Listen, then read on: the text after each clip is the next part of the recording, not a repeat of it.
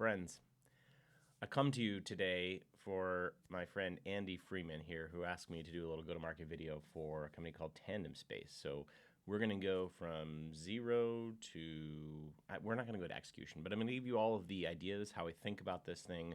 They're going to have a go-to-market playbook, how they should start to structure the data, how they should think about balancing this two-sided marketplace, etc. So I've got maybe 10 minutes here, and I'm going to run through the strategy. So let's dive in.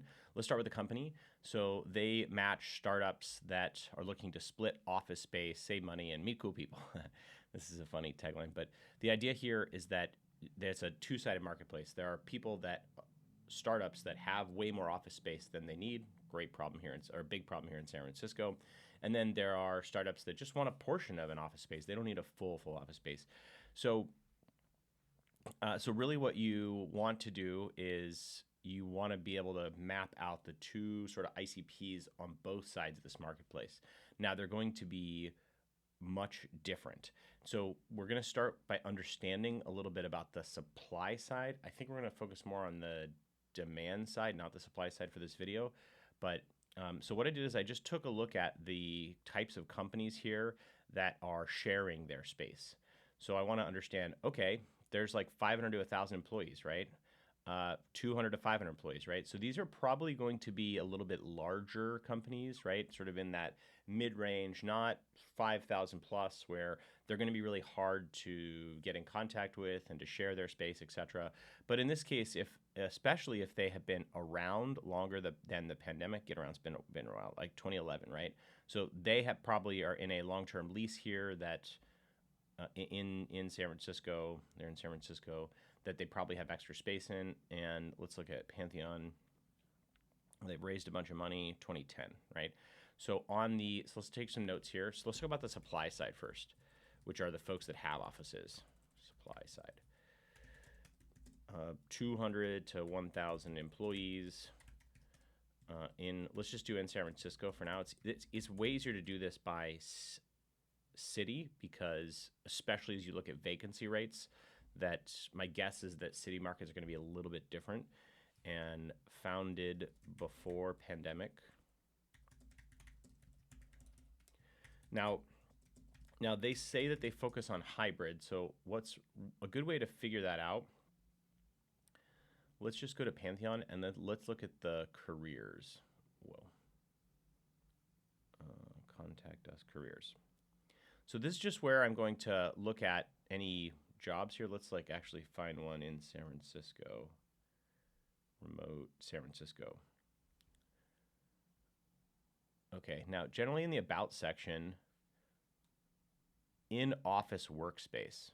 Okay, so this to me actually means that they don't force you to come to the office, but it's actually a perk. So that's unusual perks. So that's kind of interesting. Let's go to GetAround, see if they have any open jobs.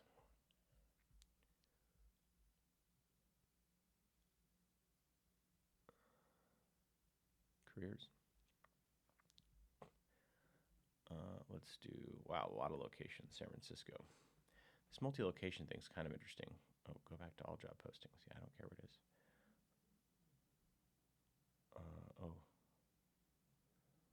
Let's just look to see if, it's in French, of course. All right, let's see. Generally, okay, work from home. That's a negative keyword.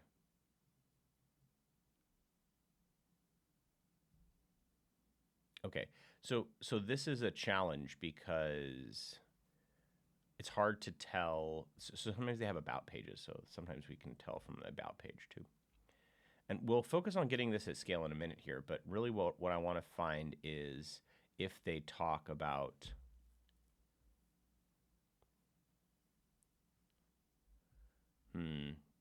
this is usually a negative symbol to me, because really companies that they generally have much more robust about us pages on the company page, where they'll actually talk about what it's like to work here. Investor. Yeah, so sometimes it is on the career homepage if you like. Oh, great. Here we go. Let's see. Home office space. Yeah, so life at get around. Great. This is exactly what I'm looking for. Okay. So we have some sort of an understanding here that they're hybrid teams. So what I'm going to do is I'm going to go to my jobs tool, and I just want to understand how people are talking about hybrid. We're going to search through 4.4 million jobs in office. Let's exclude remote, fully remote, and let's do San Francisco. This is like kind of unnecessary, but so what I'm doing is I'm saying San Francisco has to be included in the company description because they're going to talk about their office. And let's just see office. So in the job description, which is just the benefits section, it can't say fully remote or remote, and it must say hybrid, in office, or in office.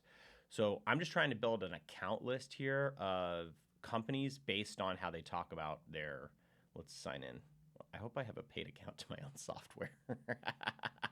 That'd be ridiculous, wouldn't it? All right. So this is just one way to build an account list. So let's see.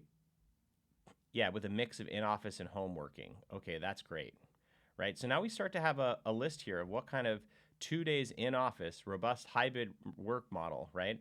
So this is really helpful now because we've got a really good list, 2 days in office, right? So 2-day in office thing at this Alpha Partners. Let's just look at, Alpha Partners. Well, actually, we're going to download this. So this is just one way to actually, and we'll look at Alpha Partners. This is just one way to start building an account list, right? Because this is going to give us some intelligence. Now, what I would probably do is feed the company info section into ChatGPT to learn a little bit more about how they talk about this. Now, this sort of 2-day-a-week work week is really good because that's likely a good supplier, but that's not necessarily a good person to have demand. And this is actually really good, right? Full-timer office, weekly in office lunches, right? Office snacks. So now you can see that we have two competing things. You can work if you want in the office, but there are also a lot of office benefits. This to me is a perfect supply side option, right? The great account list for San Francisco for supply side. I'm going to just actually see how many total companies we have, because this is probably the best place for me to start from a supply side. And I want to understand a little bit more about that. Let's just take a look. Oh, Lyft. Okay. I'm going to pull this up on the other screen to just see how many. So almost 1,300 companies, right? Great place to start. One Medical, Lyft, Fastly, Canon, right? Some really good. Anthropic, right? These are awesome. And I'm seeing some of these are really large here. I'm looking at my other screen. 1,000. Yeah, okay, this is good. So we are seeing some sort of ICP fits here, which is in this like 200 to 1,000 companies. So I think that's probably where I would start on the supply side. Now let's talk about demand. Fully remote, hybrid, and then let's just make notes, where they talk about in office, 2-day work week, snacks, lunches. Another little trick here that I can do here is I can point Google at a company's site. So let's do get around. Let's actually do lyft.com. And then I want to do in URL careers, or in URL jobs, or in URL about. And then what I want to search for is catered lunches, snacks. Let's just.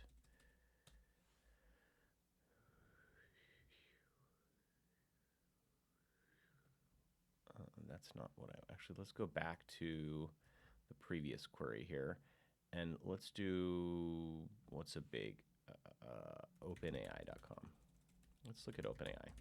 So basically what I'm trying to do here is I'm trying to see if hybrid work in office. I'm trying to figure out if they talk about in office. let's actually just see if they talk about this. Yeah, so in this case, it doesn't really talk about anything in office, but this sort of search is the type of search that you can do to score a company, right? So, all right, let's get back over to the. So this is supply side. So this is the first thing I would do. I would look in jobs, look in historical job descriptions,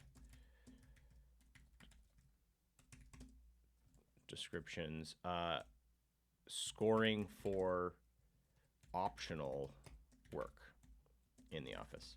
Yeah, this is really a good idea because now I'm complimenting myself because now you can sort of understand, do they have a lot of space and do they care about the office? Now, let's actually answer, let's like pause on the supply side once more.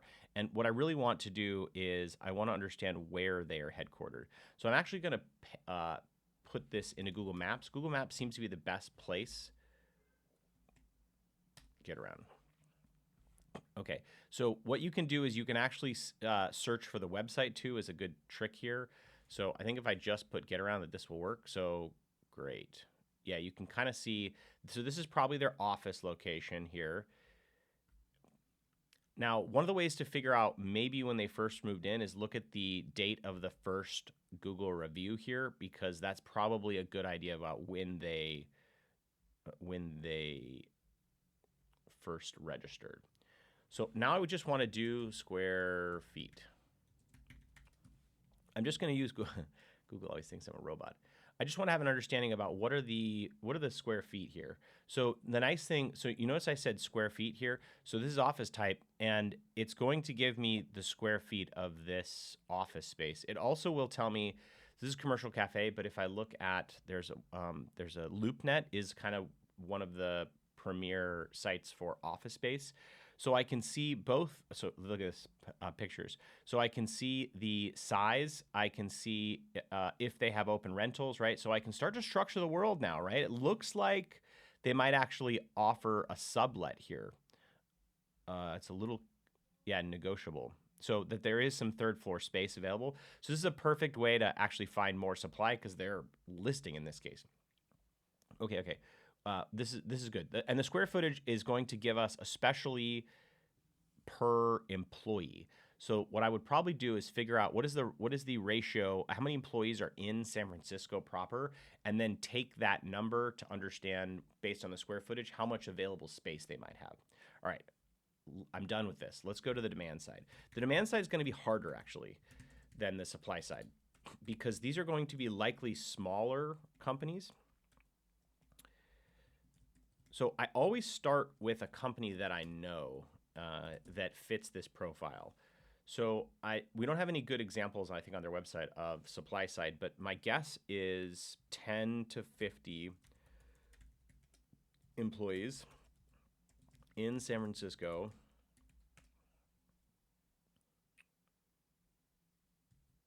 Maybe, do we want growing fast? Possibly. In office, big in office. So you really want to find out in office. So I'm going to start with Gamma. Let's do incognito. I'm going to start with my friends at Gamma. Gamma is a really, really great tool. I love them. These guys are just fantastic. So I want to go to the team page. There's my friend Zach. Zach's great. And then Grant and John. It's like, you remember that when they show that mirror? Okay, get to know us, right? So these are the founders. So this is good. This team page actually has information about them. So they've got profiles on everyone. This is amazing. I love everything about this. This company is amazing. Oh, there's Maddie and. Okay, let's see. So they don't talk about do they talk about their culture here? Pickleball, of course, pickleball. So generally, I kind of want to figure out, are they a fast-growing team? So let's look up Gamma on, and I know Gamma's doing pretty well from a growth standpoint because their app is awesome. So what I would do here to identify if this is a good supply side company is I'm going to look at their employees. I'm going to look at the growth of their employees, right? So this company has had kind of an inflection point. Now they've been around for a while. There's 29 total employees. Now, the thing that I would do here, and I would do this programmatically, of course, but I want to look at each person and I want to see where they are. Now let's see if we can actually like find people that aren't in San Francisco. I actually don't. And then, okay, so there's some people that actually aren't associated with Gamma, and this is a perfect example. These are people actually that use Gamma. So let's like look at, this is like not, I know this is not an employee, which is kind of important here. So this is a web designer, right? Notice this says Gamma App Group. So I'm going to look up to make sure that this is a contract position. They're not in San Francisco, so I'm not going to count them. So I'm not going to rely on, so okay, right? This is a different Gamma, so I can see Amsterdam. So I'm not going to count them. So I have to kind of do my own math here, right? This person, Alex, does not work at Gamma. He's an investor, so I'm going to remove words like investor or advisor, right? So this is a software engineer in San Francisco. So I'm going to count Julie as this like in-office person. So that's the first type of math that I'm going to do here. And once I have that, the other thing I'm looking for is I am looking for growth rates here. So especially folks that have increased their growth rates. Now, I probably would do something like this, gamma.app, in office. Oh, wow, this is very interesting. So Gamma is a bad example here because all of their Gamma, they make these online decks. All of their decks are online. So let's see if I can find another Anthropic, A-N-T-H-R-O-P-I-C, Anthropic. Did I spell that right? All right. So, and we would do this at scale here. And all I want to know is,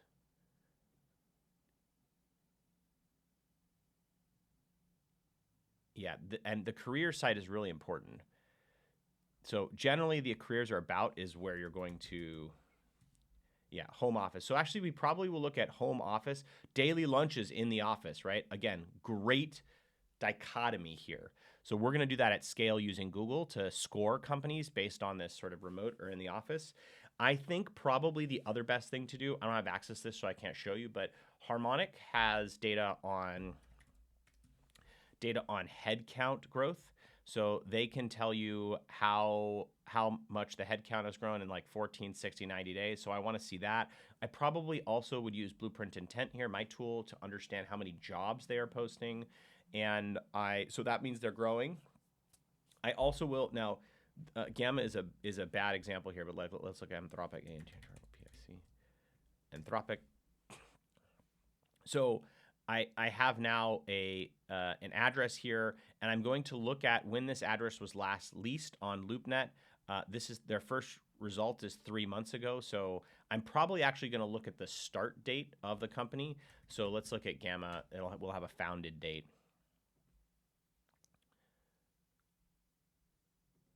Show all details. Okay, so they were founded in 2020, right? It's 2023. So 3 years. Now, if we look at people, you can kind of see that they have had a growth spurt recently. So if I have an understanding of their address, the square footage, I see their growth space, I kind of know that they're growing out of their space by looking at the growth rate, the number of true employees at the company, as well as their location, and if they are in office or they say something like, we're an in-office culture. And that's one other way that you can, let's just like pull up Blueprint here and do company description, in office or in person. So we're just saying in the company description, what are companies last 90 days that say like we are an in-office workspace, right? And these are closed jobs or open jobs, right? This role is an in-person, in-office role Monday through Friday, right? Like this is a good thing for me on the supply side, right? These are companies that are like, I probably should also include San Francisco, but these are the companies that, San Francisco, that say you must be in the office. All right, we're gonna call it here. It's 20 minutes. So here's what I do. First, I'd create a different growth for the supply side and demand side. On the demand side, I am looking for people that want space. I'm looking for fast-growing, relatively small startups, with office employees in San Francisco that mention in office or hybrid, right? That have an office location on Google Maps based on a domain search that are growing fast. And when I do the math here on actual employees, that I can count the number of true employees that are in the same city full time, don't have other open positions, don't mention investors, etc. Once I can do that, then I can match that with the supply side. And the supply side is going to be a lot easier. The companies are generally bigger. They have multi-location offices. They are hybrid, or they allow in-office work sometimes. They have a lot of in-office perks. That's really important. If I match those two things, then the message writes itself. On the demand side, you're growing fast. Here's why I believe that. You're about to run out of your space. I can tell that from the square footage here based on the number of people. If you want to keep growing and have a space for everyone, you're going to need to be able to change spaces. And by the way, I can help you lease out your space so that there's other people if you are really remote. On the demand side, you can say, look, you've been growing fast. You have an in-office space. It looks like you're hybrid, but you still really are investing in the office. Don't you think that it would be good to get some money out of that space where people aren't there? All right. I hope this is helpful, Andy, and I'm happy to chat with the team over there. But thanks for watching. Have a great day. Bye.